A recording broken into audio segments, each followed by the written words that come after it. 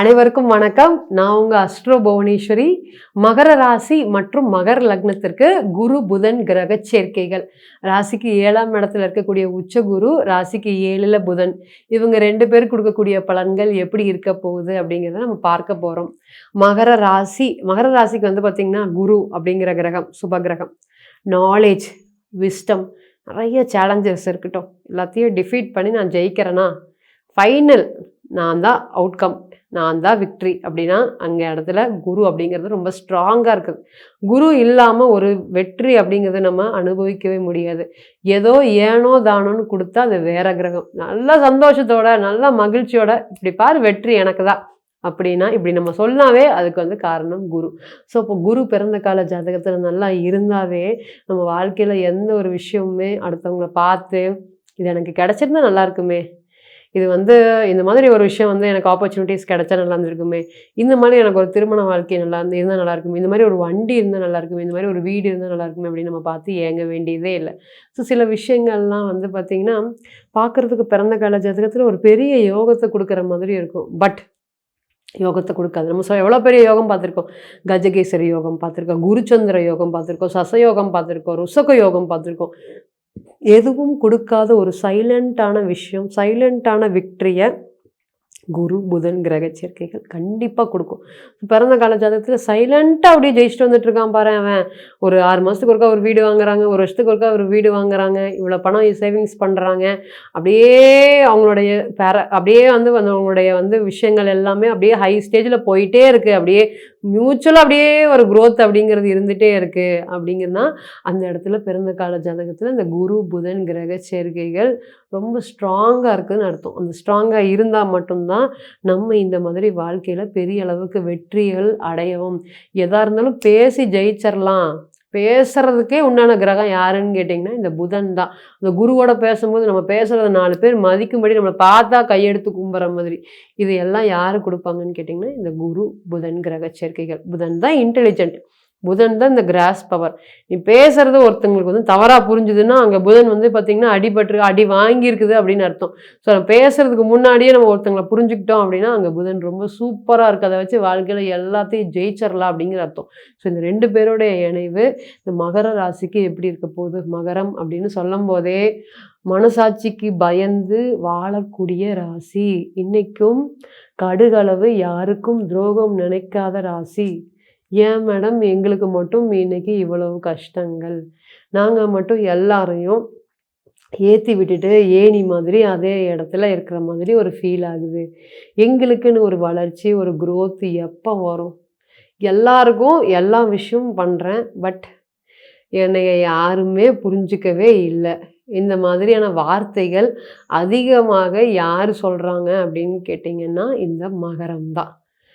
இப்போ என்ன நினச்சிட்டு இருக்காங்க, ராசிநாதன் 3ஆம் இடத்துல இருக்கும்போது இப்போ என்ன நினச்சிட்டு இருக்காங்க, இதுக்கு முன்னாடி இதை நினச்சிட்டு இருந்தாங்க, இப்போ என்ன நினைப்பாங்க அப்படின்னு கேட்டிங்கன்னா எனக்கு ஒரு பிரேக் த்ரோ நடக்குமா, எனக்கு வந்து ஒரு நிறைய சேலஞ்சஸ் இருக்குது, அந்த சேலஞ்சஸ் எல்லாம் நான் ஓவர் கம் பண்ணி வருவேனா, எனக்கான டைம் எப்போ வரும், நான் வந்து எப்போ வெற்றி அப்படிங்கிறத அடைவேன் இன்னைக்கு, அந்த மாதிரி விஷயங்கள் தான்.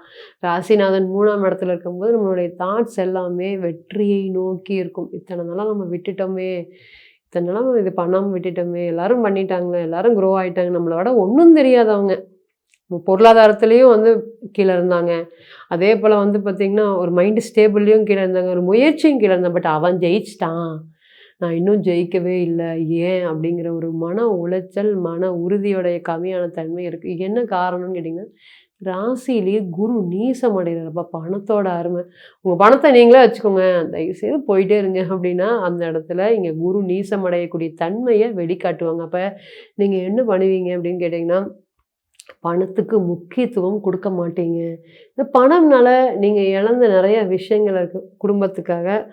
இன்றைக்கும் பாருங்கள், 4-5 பேரோட பிறந்திருந்தாலும் உங்களுடைய வீட்டில் இருக்கக்கூடிய அப்பாவை பார்த்துக்கிறது, அம்மாவை பார்த்துக்கிறது, தங்கச்சியை பார்த்துக்கிறது, தங்கச்சி குழந்தைகளை பார்த்துக்கிறது, மாமான்னு சொல்லிட்டு குழந்தைங்க யாரை தேடி வரும்னு கேட்டிங்கன்னா உங்களை தான். 2-3 பேர் இருந்தாலும் இந்த மகர ராசியில் பிறந்தவங்க எல்லாருக்குமே ஒரு செல்லமானவங்க.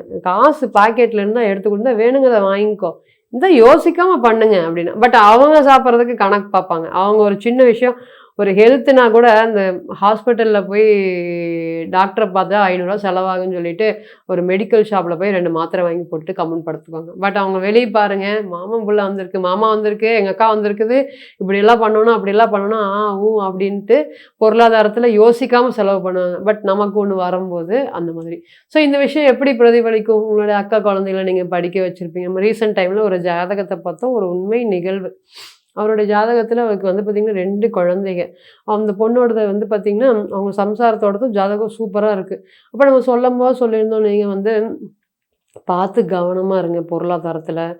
இன்னைக்கு கடவுளுடைய அனுகிரகத்தில் உங்களுக்கு நல்லா இருக்குது. பட் கம்மிங் டைம் பீரியடு உங்களுக்கு ரொம்ப கஷ்டப்பட போகிறீங்க, பிஸ்னஸில் லாஸ் ஆக போகுது அப்படிங்கிற சொன்ன. உங்களால் பணத்தை பெரட்ட முடியாது, அதனால் ரொம்ப கவனமாக இருங்கன்னு சொன்னால், அவர் வந்து பார்த்திங்கன்னா அவருக்கு மகரத்திலேயே வந்து ராசியோடையே சேர்ந்து ராகுவோடைய காம்பினேஷன். அப்படிலாம் எனக்கு ஒன்றும் நடக்காது மேடம், அந்த மாதிரிலாம் வந்தால் பார்த்துக்கலாம்.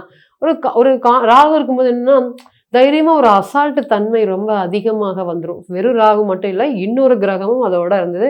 பட் நான் சில விஷயத்துக்காக அதை சொல்லலை. ஸோ எந்த பிளானட் இருந்தது அப்படிங்கிறது நான் சொல்லலை. அப்போ வந்து ராகுவோட இருக்கும்போது நம்ம என்ன சொன்னோம், இல்லைங்க ரொம்ப கஷ்டம். அவர் என்ன பண்ணுனாருன்னு கேட்டிங்கன்னா, தன்னுடைய தகுதிக்கு மீறி, அவருக்கு ஆல்ரெடி ஒரு தம்பி இருக்குது, அப்பா அம்மா இருக்குது, தகுதிக்கு மீறி தன்னுடைய தங்கச்சிக்கு வந்து பார்த்திங்கன்னா பெரிய அளவுக்கு அப்போவே ஒரு 5-6 வருஷத்துக்கு முன்னாடியே ஒரு 50-60 பவுன் நகையை வந்து பார்த்திங்கன்னா போட்டு, இவருடைய பங்கு 80, மற்றவங்களுடைய பங்கு 20, அந்த அளவுக்கு நகையை போட்டு கல்யாணம் பண்ணி வச்சிட்டார். கல்யாணம் பண்ணும்போதே அவர் பொருத்தம் பார்க்க வரும்போது சொன்னோம், இந்த பணத்தை நீங்கள் ரெக்கவரி பண்ண முடியாது, கவனம் கவனம் கவனம். இந்த ஒரு வார்த்தையை நான் திருப்பி திருப்பி எல்லாருக்குமே, எந்த ஒரு ஜாதகத்தில் நெகட்டிவ் வந்தாலுமே நம்ம உடனே சொல்லிடுது. அப்போ தான் அவங்க அதை சரி பண்ணிக்குவாங்க, அவங்க பெரிய ட்ராப்பில் விழுக மாட்டாங்க. நம்ம வாட்டுக்கு இப்போ நடக்குங்க, அப்படி நடக்குங்க, சூப்பருங்க அப்படின்னு போயிட்டா நம்ம வந்து அஸ்ட்ராலஜி பார்க்குறதுல அர்த்தமே இருக்காது. ஸோ ஒரு விஷயம் நெகட்டிவ்னு தெரியுதுன்னா ஸ்டாப் பண்ணுங்க, ஸ்டாப் பண்ணுங்கன்னு அவங்க கிட்ட நம்ம ரொம்ப ஊறியாடணும். பட் அவங்க கேட்கவே இல்லை. ஏன்னு கேட்டிங்கன்னா, அவருடைய ஜாதகத்தில் லக்னாதிபதி ரொம்ப ஸ்ட்ராங்காக இருக்குது. நம்ம சொல்கிறது தான் சரி அப்படிங்கிறது ஸ்ட்ராங்கில் அவர் இருந்தார். பட் ஃபைனலி அந்த தசா புத்திகள் வந்துச்சு. அவர் ஒரு பெரிய வீடு கட்டினார். இந்த 2யும் போய் அவருக்கு வந்து பார்த்திங்கன்னா திடீர்னு இந்த ஒரு பிஸ்னஸில் ரொம்ப நாட்களாக ஒரு இடத்துல அவர் இருந்தார். அந்த இடத்த மாற்ற சொல்லிட்டாங்க. அவருக்கு இருக்கக்கூடிய கிளைண்ட்ஸ் எல்லாமே வந்து பார்த்திங்கன்னா அந்த குறிப்பிட்ட ப்ராடக்ட்ஸை விட்டுட்டு வேறு ப்ராடக்ட்ஸ்க்கு அப்படியே டக்குன்னு ஜம்ப் பண்ண மாட்டாங்க. திடீர்னு அந்த ப்ராடக்ட் வந்து கவர்மெண்ட்டால் வந்து பேன் ஆயிடுச்சு.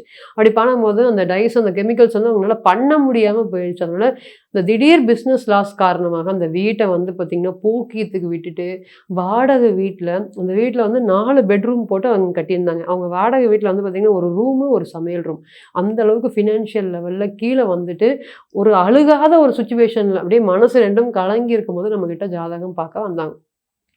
சொன்னீங்க, இன்னைக்கு நடந்துருச்சு, அடுத்தது என்ன மேடம் அப்படிங்கிற மாதிரி கேட்டார். ஸோ கேட்கும்போது நம்ம என்ன சொன்னோம், இந்த டைம் வரையும் வெயிட் பண்ணுங்க, சரி இதே வாடகை வீட்டில் இருங்க, பிறந்த வீட்டுக்கு போகாதீங்க, இந்த டைம் வரையும் வெயிட் பண்ணுங்கள், இதோட பிஸ்னஸ் அப்படிங்கிறத ஸ்டாப் பண்ணிடாதீங்க, அடுத்தது இது பண்ணுங்க, இந்த டைம் வரையும் வளர்ச்சி. 3 இயர்ஸ் அவருடைய ஜாதகத்தில் தசாபுத்திகள் வந்து சின்ன தசாபுத்தியாக இருந்தால் நம்ம ஈஸியாக எஸ்கேப் ஆகிடலாம். பெரிய லாங் தசை வந்துச்சுன்னு வச்சுக்கோங்களேன், அது கொடுக்கக்கூடிய படாத பாடு நம்மளுடைய வாழ்க்கையில் ஆதாள பள்ளத்தில் தள்ளி விட்டுரும். ஸோ அவருக்கு வந்து அந்த மாதிரி ஒரு ஆதாள பள்ளத்தில் தள்ளக்கூடிய தசாபுத்தி நம்ம இண்டிகேஷன் பண்ணணும். கேட்கல, ஆல்ரெடி அவர் இந்த மாதிரி வந்துட்டார். பட் இனி வரை வெயிட் பண்ணுங்கன்னு சொன்னோம். ஸோ அந்த டைம் பீயிங் முடிஞ்சதுக்கப்புறம் படிப்படியாக ஒரு பிஸ்னஸை அவர் வந்து அதே பிஸ்னஸை இம்ப்ளிமெண்ட் பண்ணி வேறு மாதிரி கொண்டு போய் இன்னைக்கு கொஞ்சம் கடன் அடைச்சிட்டு, பட் அவர் போயிருக்கக்கூடிய லெவல் வந்து இந்த அளவு, பட் அவர் இருக்கக்கூடிய லெவல் இந்த அளவு. அன்னைக்கு மட்டும் அவர் கேட்டிருந்தாருன்னா இதிலிருந்து ஒரு படி மேலே போயிருப்பார். ஒரு விஷயம் என்ன அப்படின்னு கேட்டிங்கன்னா, இந்த விஷயம் இப்படி இருக்குது அப்படின்னு ஜாதகத்தில் இண்டிகேஷன் பண்ணணும்னா அதை நம்ம ஏற்றுக்க பழகணும். ஸோ ஒரு மகர ராசியாக இருக்கிறதுனால தன்னுடைய உழைப்பின் மேலே ரொம்ப அதிகமான அதிபயங்கர நம்பிக்கையும் மற்றவங்க மேலே ஒரு இணைப்பு, பண்பு, பாசத்தை வச்சிருக்கிறதுனால அவர் அந்த மாதிரி விஷயத்த ஃபேஸ் பண்ணிட்டார். இதே மாதிரி மகர ராசி நீங்கள் வாழ்க்கையில் ஃபேஸ் பண்ணியிருந்தீங்கன்னா கீழே கமெண்ட்ஸில் போடுங்க, நான் கண்டிப்பாக படித்து பார்த்துட்டு உங்களுக்கு ரிப்ளை பண்ணுறேன்.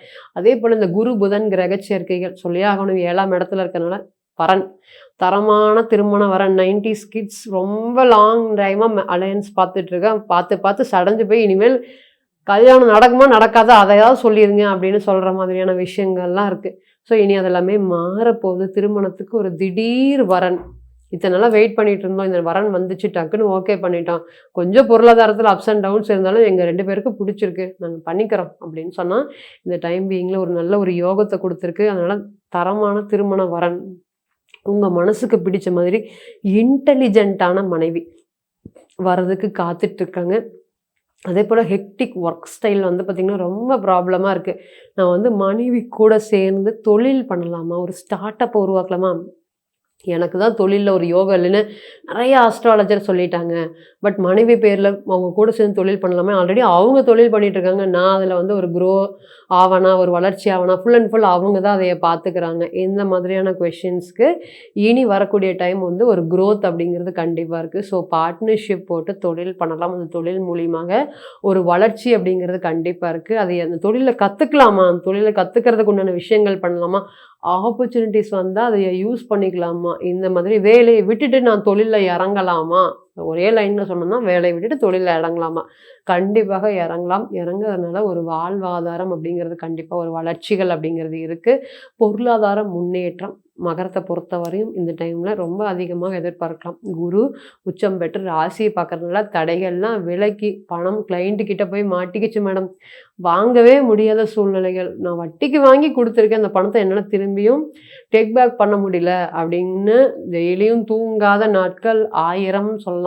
அந்த அளவுக்கு நெறைய பணம் சார்ந்த பிரச்சனைகள் ஃபேஸ் பண்ணிட்டு இருந்த உங்களுக்கு, இனி பணம் சார்ந்த விஷயத்துல இருக்கக்கூடிய பிரச்சனைகள்லாம் அப்படியே படிப்படியா சால்வ் ஆகுறதுக்கு காத்துட்ருக்கு. ஸோ பண ரீதியான விஷயங்களும், மன ரீதியான விஷயங்களும் நெறைய தடுமாற்றங்கள் எல்லாம் தாண்டி, இனி வரக்கூடிய டைம் எனக்கான வெற்றி அப்படின்னு சொல்ற மாதிரி ஒரு டைம் பீயிங் தான் இந்த குரு புதனுடைய கிரக சேர்க்கைகள். எஸ்பெஷலி 7ஆம் இடத்துல இருக்கிறதுனால வெளிநாட்டுக்கு அதிகபட்சமாக சப்போர்ட் பண்ணும். ஸோ வெளிநாட்டில நான் தொழில் ஆரம்பிக்கலான்ட்டு இருக்கேன். நான் என்னோட ஃப்ரெண்ட்ஸோட வெளிநாட்டில போய் படிக்கலான்ட்டு இருக்கேன். இந்த மாதிரி எல்லா விஷயங்களும் வெளிநாடு சார்ந்த வருமானங்களும், ஒரு ஸ்டார்ட் அப் ஆரம்பிக்கலான்ட்டு இருக்கேன். ஒரு ஃப்ரான்சைஸி எடுத்து நடத்தலான்ட்டு இருக்கேன். அது எல்லாமே 7ஆம் இடம் தான். ஸோ ஜெயிக்கிறதுக்கு உண்டான வேலையை கண்டிப்பாக இந்த டைம் பார்க்கலாம். அதேபோல திருமண வாழ்க்கையை சொல்லி ஆகணும். ஒரு 10 நிமிஷம் பேசுனீங்கன்னா வந்து அந்த ப்ராப்ளம் சால்வ் ஆயிரும். ஸோ ஆட்டோமேட்டிக்கா ஆரம்ப ஸ்டேஜ்லேருந்து இப்போ வரையும் திருமண வாழ்க்கை ரொம்ப அதிகமாக ப்ராப்ளம். ஸோ இங்கே வெகுளினா அங்கேயும் வெகுளி தான். இங்கே மனைவி வந்து பார்த்தீங்கன்னா, கணவன் வந்து பார்த்தீங்கன்னா எதுவுமே தெரியாமல் செலவு பண்ணுறாங்கன்னா, மனைவியும் சேர்ந்து அதே போல் எல்லாத்துக்கும் செலவு பண்ணிடுவாங்க. இப்போ இவங்க 2 பேரும் சேரும்போது இங்கே மகரம்னு சொல்லும்போதும் சரி, அங்கே கடகம் போது இவங்க 2 பேரும் ஒரே மாதிரி இருப்பாங்க. நீ செலவு பண்ணுறியா, என்னோட சொந்தக்காரங்களுக்கு நான் செலவு பண்ணுறேன் அப்படின்னு பணத்தோடைய விஷயங்கள் இவங்க 2 பேருக்கும் தெரியாம ஏமாந்த கோழியாக ஏமாளி மாதிரி ஒரு விஷயங்கள் தான் இத்தனை நாளா அவங்க வாழ்ந்துட்டு இருக்காங்க. பட் இனி வரக்கூடிய டைம் அதெல்லாமே மாறப்போகுது. ஒரு மகிழ்ச்சி, ஒரு சந்தோஷத்துக்கு உண்டான விஷயங்கள் நடக்க போகுது. கால பைரவருடைய வழிபாடு ஒரு தலை சிறந்த ஒரு யோகத்தை இந்த மகர ராசிக்கு கொடுக்குங்கிறத மாற்று கருத்தே இல்லை. இப்போ நம்ம சொன்னது அனைத்துமே ராசிக்கு உண்டான கோச்சார பலன். ஒரு குறிப்பிட்ட கிரகம் 2 கோச்சாரம் அணையும் போது எப்படி பிரதிபலிக்குது அப்படிங்கிறது தான். ஸோ இது உங்களோட பிறந்த கால ஜாதகத்தில் எப்படி இம்ப்ளிமெண்ட் ஆக போகுதுன்னா, தனிப்பட்ட ஜாதகம் தான் ஒரு விஷயத்த சொல்லக்கூடிய விஷயத்த எந்த ஒரு டிரான்சிட் பீரியட் அப்படிங்கிறது சொல்லவே சொல்லாது. ஸோ நீங்கள் தனிப்பட்ட ஜாதகத்தை என்கிட்ட பர்சனலாக கன்சல்டேஷன் பண்ண விருப்பப்பட்டீங்கன்னா கீழே இருக்கக்கூடிய நம்பருக்கு கான்டாக்ட் பண்ணுங்கள். மீண்டும் ஒரு பதிவில் உங்களெல்லாம் சந்திக்கும் வரை உங்களிடமிருந்து விடைபெறுவது உங்கள் அஸ்ட்ரோ புவனேஸ்வரி. நன்றி, வணக்கம்.